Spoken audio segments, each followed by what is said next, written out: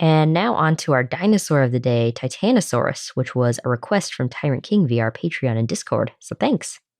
It's a familiar sounding name. Yes. Named after the mythological titans, which are the pre-Olympian gods in Greek mythology, and there were 12 of them. Oh, I know. I couldn't name them, but I know there were a dozen of them. Titanosaurus was a dubious titanosaur, sauropod, that lived in the Late Cretaceous in what is now India, in the Lameta Formation. It happens, I assume that titanosaurs are named for Titanosaurus. Yes.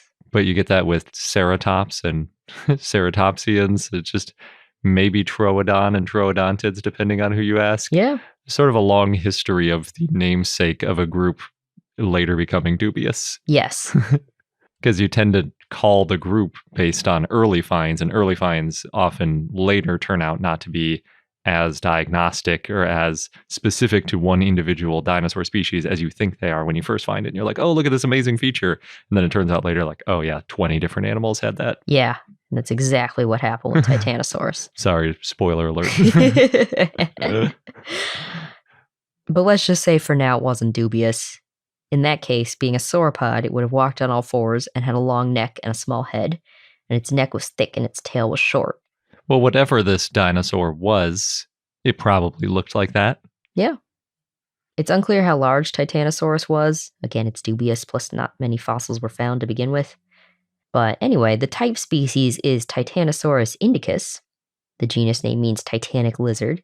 It was described by Richard Lydekker in 1877, and it's the first dinosaur from India to be named and officially described. It was named based on a partial femur or leg bone and 2 incomplete tail vertebrae, and it was named for details in the tail vertebrae. There was a second species, Titanosaurus blanfordi, that was also named by Richard Lydekker in 1879, so 2 years later. And Titanosaurus blanfordi was named based on a tail vertebrae that was found sometime between 1860 and 1870 by William Blanford. Which makes sense then. That it became Blanfordi. Mm-hmm. So many Williams in the 1800s involved in paleontology. That's true. And 14 species of Titanosaurus have been named. And these species have been found in Argentina, Europe, Madagascar, India, and Laos. And if all 14 species were valid, then Titanosaurus would have spanned 60 million years. That's a long time for a genus. Yeah, and a lot of different places. Yeah. That weren't connected necessarily. Yeah. Later Titanosaurus species were named based on fossils found in Argentina and Madagascar by 1896, and that led to the idea that Titanosaurs were Gondwanan. The holotype vertebrae was found in 1828 by Captain William Henry Sleeman of the East India Company Army. Wow, that was way before it was named. Mm-hmm. He found the fossils on Barasimla Hill near the gun carriage factory while looking for petrified wood. And Sleeman discovered the fossils just 4 years after Megalosaurus was named in 1824, and 14 years before Richard Owen coined the term Dinosauria in 1842. So the second dinosaur named, or maybe third dinosaur named, could have been Titanosaurus? It could have been, but it took a while. Yeah. It took over 50 years to get named. Sleeman wrote, quote, "I made the first discovery of fossil remains in the Nirbuta Valley. I went first to a hill within sight of my house in 1828 and searched exactly between the plateau of basalt that covered it and the stratum immediately below, and there I found several small trees with roots, trunks, and branches, all entire and beautifully petrified. They had only been recently uncovered by the washing away of a part of the basaltic plateau. I soon after found some fossil bones of animals," end quote. So the reason it took so long to name Titanosaurus is Sleeman gave 2 pieces to G.G. Spilsbury, a surgeon, who also excavated a third bone, and then sent the fossils in 1832 to an antique dealer, James Prinsep, in Calcutta, who figured out that they were fossils and sent them back to Sleeman. So he didn't realize they were fossils before? I think he did, but I think there was just some confusion. Oh, because he was an antique guy and he was like, I don't want this. Yeah, I don't know the details because it's hard to figure out the details of an antique dealer from the 1830s. Yeah. It does make you wonder, are fossils technically antiques? They kind of are, in a way. But I think to be an antique, it has to be a man-made object. Well, by 1862, Hugh Falconer, superintendent of the Geological Survey of India, had the vertebrae, and he thought it was reptilian, so he took measurements and illustrated them. Then Medlicott found a fragmentary leg bone, a femur, in 1871 from the same area that the vertebrae were found.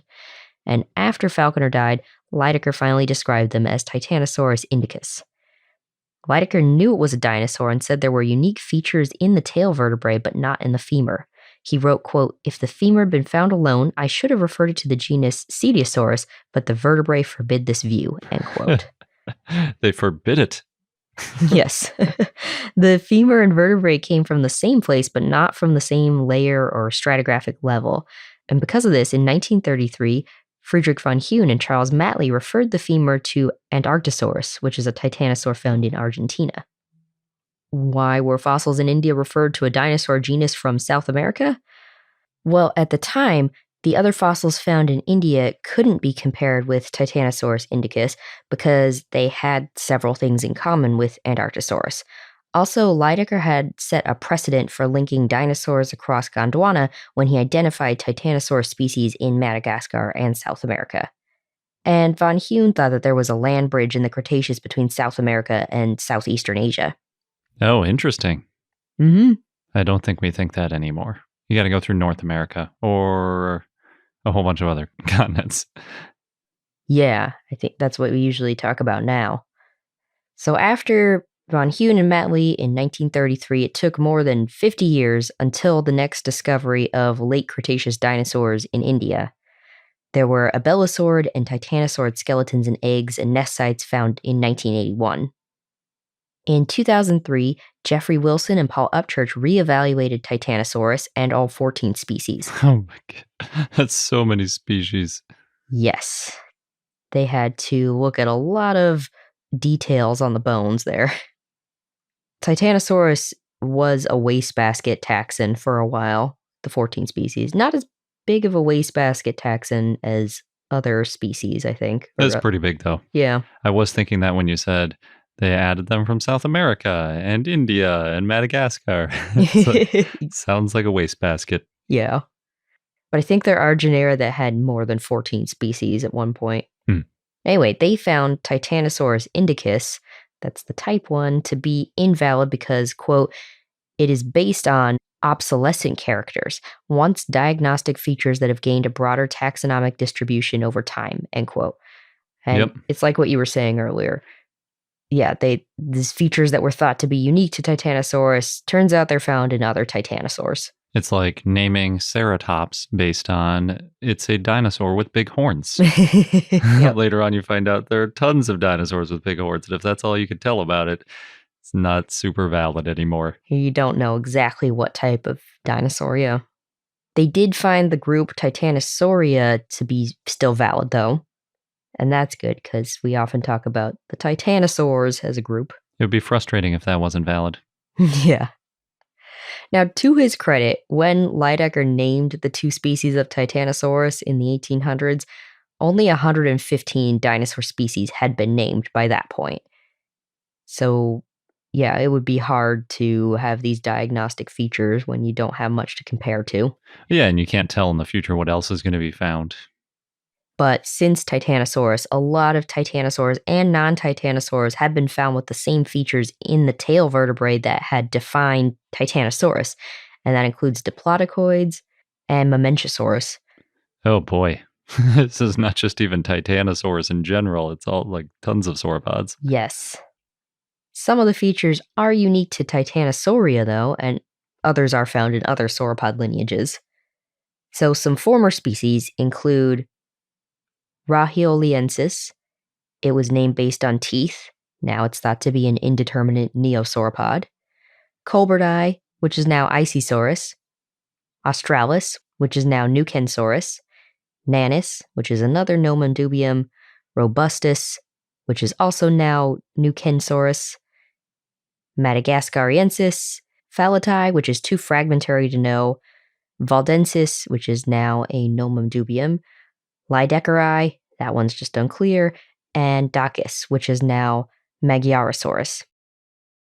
Wilson and Upchurch wrote that, quote, history has stripped Titanosaurus of its uniqueness through obsolescence of the characters originally used to define it, end quote. Mostly like that turn of phrase, history has stripped Titanosaurus. Yeah. Now, Charles Matley collected more sauropod bones between 1917 and 1919 in the same area where Titanosaurus indicus fossils were found, but in a different layer. They were found, quote, washed about and somewhat damaged and broken before fossilization, end quote. They also found fragmentary bones in 1920 in the type locality of Titanosaurus blanfordi.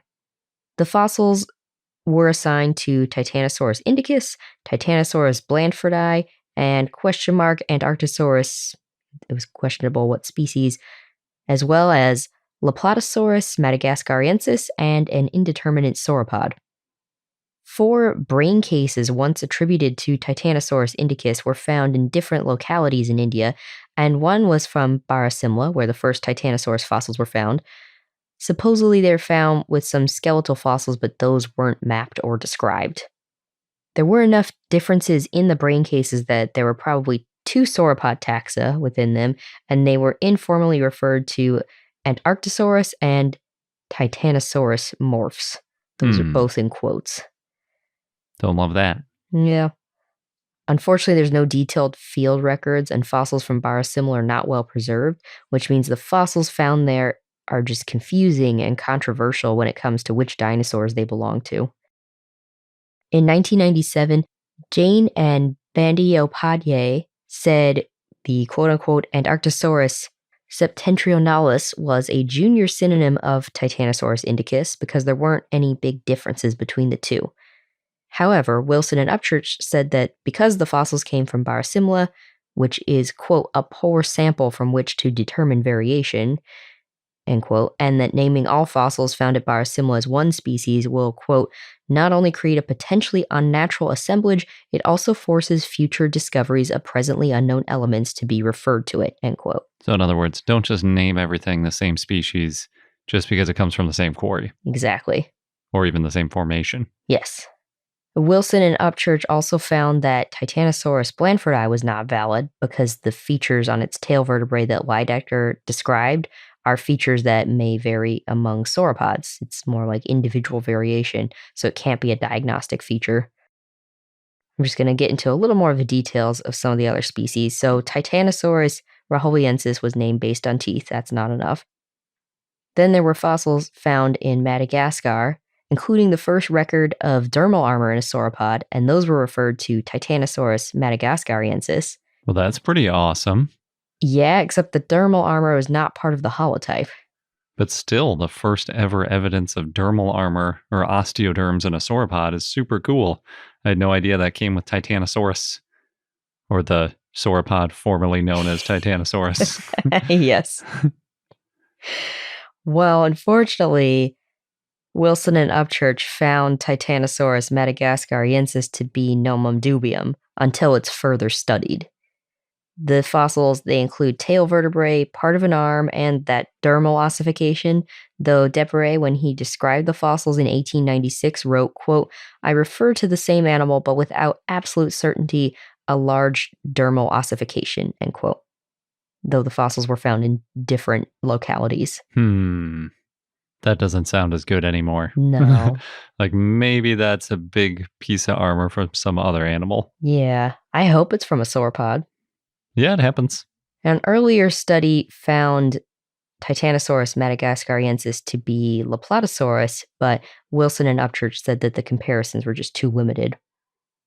Titanosaurus lydekkeri is only known from a tail vertebra, and they only know that that one belongs to a titanosaur, so that species is out. Oh, and Laplatosaurus was different from Titanosaurus because it was larger, but with more slender proportions. Titanosaurus colberti was named based on a partial skeleton, including part of the pelvis and forelimb, and they found Titanosaurus colberti to still be a valid species, but like I said, they gave it the new name, Icysaurus. Which you can see in Prehistoric Planet. Yes. 2. At the volcanoes. Exactly. So Wilson and Upchurch found that of the 14 Titanosaur species, only 5 were valid, and only 4 of them were renamed. There was Nucensaurus, Magyarosaurus, Laplatosaurus, and Icysaurus. But they also mentioned Titanosaurus, in quotes, SP. So even though the paper said Titanosaurus is a nomum dubium, they still consider one species sort of, because the SP means it's not identified on the species level or it's not related to other known species. But the fact that it's in quotes means that they don't think that it's going to stay in Titanosaurus, because if the Titanosaurus type species isn't valid, then a lot of times the genus name just goes away. Yeah. And everything else needs to be renamed. That's true. It's such a good name, though. It is. I mean, someone can always like appeal to the ICZN or whatever, make a stake a claim for why it should stay and give it a new species name. Yeah, and maybe that'll happen. When it comes to the name Titanosaurus, it didn't help that the original Titanosaurus indicus and blanfordi fossils also went missing for many years. It's unclear exactly when they went missing, but Janajay Mohabay found the fossils were only lost because there was no good inventory of the collection, so he started a study to find them, and then in 2012, he and Subasis Sengupta found the holotype vertebra of Titanosaurus indicus. It was in a batch of fossils that Lydekker had left behind in 1878, which is why it didn't have an official inventory number. And they also found the vertebrae of Titanosaurus blanfordi. So it was so old that it had never been cataloged? Yeah. Or just, it wasn't cataloged right when it was stored, and then, it just never was. So it sat there for 144 years Yep. before someone cataloged it? Well, at least they eventually found it. Now, titanosaurs, they were a very diverse group and have been found all over the world on all 7 continents. They lived until the end of the Cretaceous, and this group includes some of the largest land animals like Patagotitan, which is estimated to be about 121 feet or 37 meters long and weighs 76 tons. Though not all of them were large, like Magyarosaurus, that only weighed about 1 ton. Titanosaurs had wide chests and that wide-legged stance, and stocky forelimbs that were often longer than their hind limbs. Not many titanosaur skulls have been found, but based on the ones that have been found, they had small skulls. And some titanosaurs, like Saltosaurus, had osteoderms, so there are some armored sauropods out there. Yeah, the Saltosaurs are the best. Some of them even had little tail clubs. Oh, yeah. Or at least I think they did. Titanosaur eggs have been found, and they include embryos and preserved skin. Oh, so there is some soft tissue in here. So we are talking a little bit about soft tissues in this dinosaur of the day. Earlier this year in 2023, a bunch of titanosaur eggs were found in India. We talked about that in episode 430. They're from about 70 million years ago. The nests are packed tightly together, so it's likely that titanosaurs didn't stick around to take care of their young, because if they had, they might have trampled the nests. A 2015 study found embryonic skin from titanosaur eggs that were found in Patagonia, Argentina, and they found scale patterns that were similar to the patterns of osteoderms on Saltosaurus. That's so cool. Yeah. And also, to connect to the soft tissues in this episode, titanosaurs had air sacs. Now, Titanosaurus the dinosaur is not to be confused with the kaiju Titanosaurus. Kaiju is a Japanese term, and it's a subgenre of science fiction about giant monsters like Godzilla. The kaiju Titanosaurus appeared in the 1975 film Terror of Mechagodzilla. In the movie, a mad scientist, Shinzo Mifune, like the museum. That's true. It's spelled differently. Yeah. Discovers the Titanosaurus and says that he can control its mind, and people think he's insane and he loses all credibility. He does end up controlling the Titanosaurus, and he gets his revenge. Apparently, before he controls the Titanosaurus was peaceful, so it's just kind of minding its own business. Now, in the movie, Titanosaurus is 196 feet or 60 meters tall and weighs over 30,000 tons. When you said 196 feet, I wasn't expecting you to say tall. I was expecting a long. I think they say tall because in the images I saw, it's standing upright. Yeah, it stands on its 2 legs and it has a tail that drags. It's designed to look like a spinosaur, and it's aquatic. It has a crocodile-like snout, a sail-like fin, and it roars. Well, the roaring doesn't have to do with it being a spinosaur, but...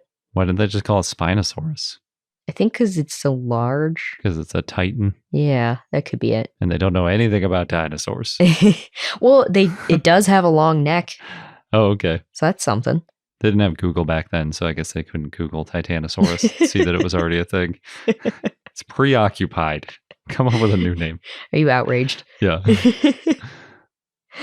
Well, anyway, they gave it red, yellow, and black colors with a beige belly, and it could use its tail as a fan to create wind strong enough to destroy buildings or create whirlpools in water. It was a good swimmer, and it could also walk on land. And as spoiler, I mean, this whole thing has been kind of a spoiler, but it got defeated by Godzilla. Doesn't everything lose to Godzilla in the Godzilla things? I think so. Because it's not like now the new kaiju movies have some other animal that's dominating everything. Yeah. Always goes back to Godzilla. It does. It's Godzilla versus the next thing. So yeah, that was a fun one. And I did manage to get some soft tissue, not about Titanosaurus specifically, but Titanosaurs, we know a little bit about their soft tissues. Yep. Titanosaurus's name lives on in the form of all the other titanosaurs. And that's good. We talk about Titanosaurs a lot on this show. Mm-hmm. For those of you who listen to our Dinosaur of the Day segment and you like it, please consider becoming a patron. We take new Dinosaur of the Day requests from our patrons and offer a bunch of other perks as well. So check out our page at patreon.com/iknowdino or click the link on the left.